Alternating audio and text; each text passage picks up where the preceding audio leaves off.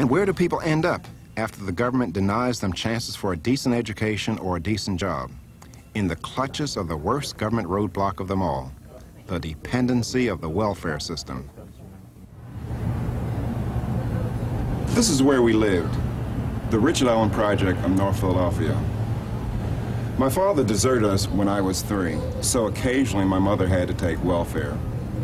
But she didn't like it, so she took work as a domestic servant whenever she could. Back then, welfare wasn't a way of life. My mother only received $25 a week. Almost any job paid more than that. So even if she wanted to stay on welfare, she had very little incentive to do so. The changes in welfare benefits during the 1960s were quite large. If you take the case of a woman going on AFDC in a typical industrial state, I'll take Pennsylvania as an example. In 1960, she would have gotten about $23, which in 1980 purchasing power was about $63. By 1970, she could have gotten benefits conservatively estimated, not tapping all of the possible sources of support, but a minimal package that would amount to about $134 in 1980 purchasing power. By way of comparison, a minimum wage job in 1960 only paid $111 in 1980 purchasing power. In other words, in 1970, the AFDC plus other forms of benefits were providing purchasing power somewhat greater than you could make by working 40 hours a week at a minimum wage job only 10 years earlier. I came from a broken home, but in my day that was unusual. Black families were almost as stable as white families. The black family did not start falling apart until the 1960s, as more blacks were lured into the welfare culture. And this came in 2 ways. One way was that prevented the formation of families, that is, fostered illegitimacy. And it's easy to understand how this happened. Just imagine that you're a 16-year-old girl in some ghetto apartment. You scarcely know your father. He occasionally visits. Perhaps he's drunk a lot of the time. He doesn't have a job. Your mother is under terrible stress trying to discipline her boys who are often out in the streets in gangs. The neighborhood is rife with crime. Within the household itself, there are serious tensions between you and your mother. It's just a very difficult and trying way of life. And the government, however, offers a deal to this 16-year-old girl. It says you can leave all this. You can have liberation in an apartment of your own. You can have access to some 17 different social programs. You can have free medical care, free legal assistance if you need it. You can have several $100s a month free, all on one condition. And that one condition is that you have an illegitimate child. And this isn't a racial problem. It's nothing to do with blacks as a race. Indeed, in Sweden, where they have an even more ample welfare state, 40% of all Swedish children are born out of wedlock. In my day, no able-bodied adult male could receive welfare or even live in a household that received welfare. We were lucky. There was no way we could be sucked into the welfare trap. When you talk about young men getting into the working market, labor force during the 1960s, I think one of the saddest stories is that they were told not to do those things which were eventually going to bring them out of poverty permanently. Which is to say that a young man, before the advent of a lot of these changes, not only had to hang on to that, in quotes, dead-end job. By hanging on to it, he was also establishing a record as a reliable worker, and as time went on, he had more and more chances to establish a more secure job and get a better income.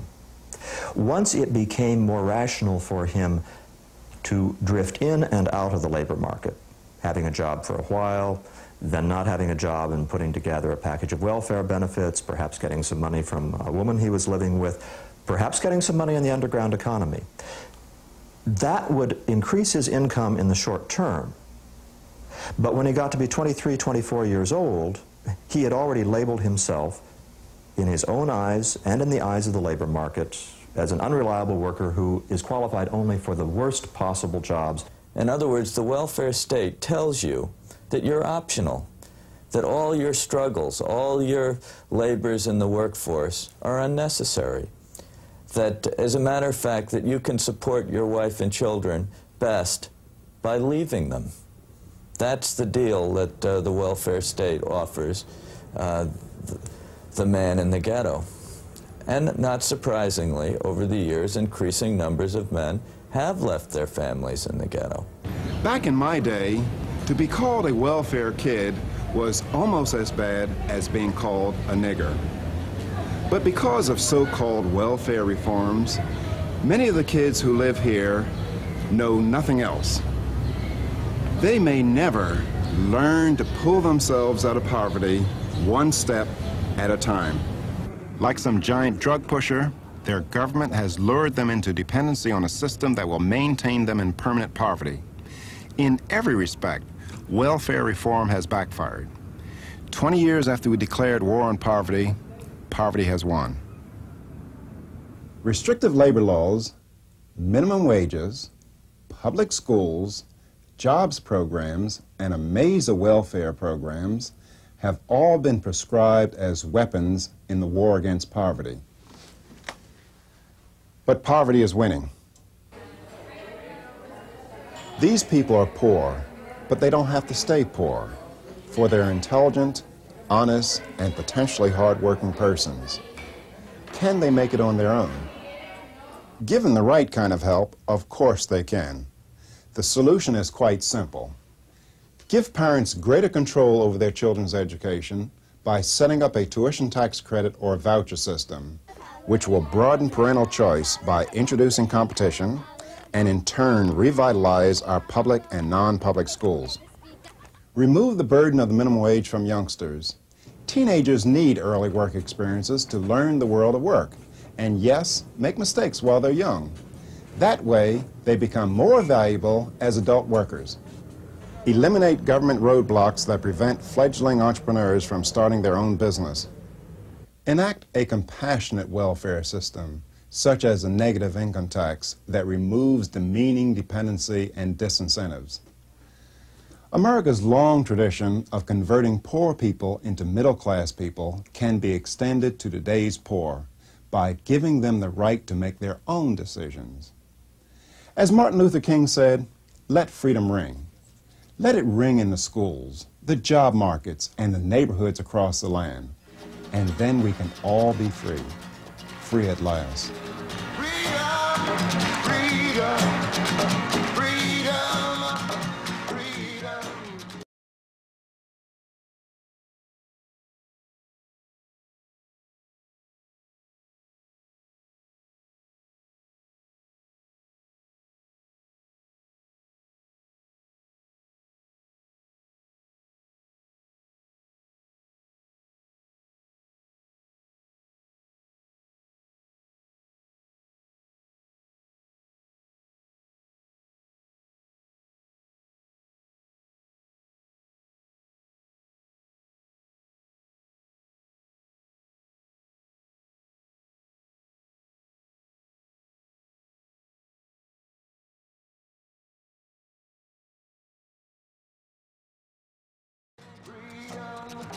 Good Intentions was produced by Imagine Incorporated, which is solely responsible for its content.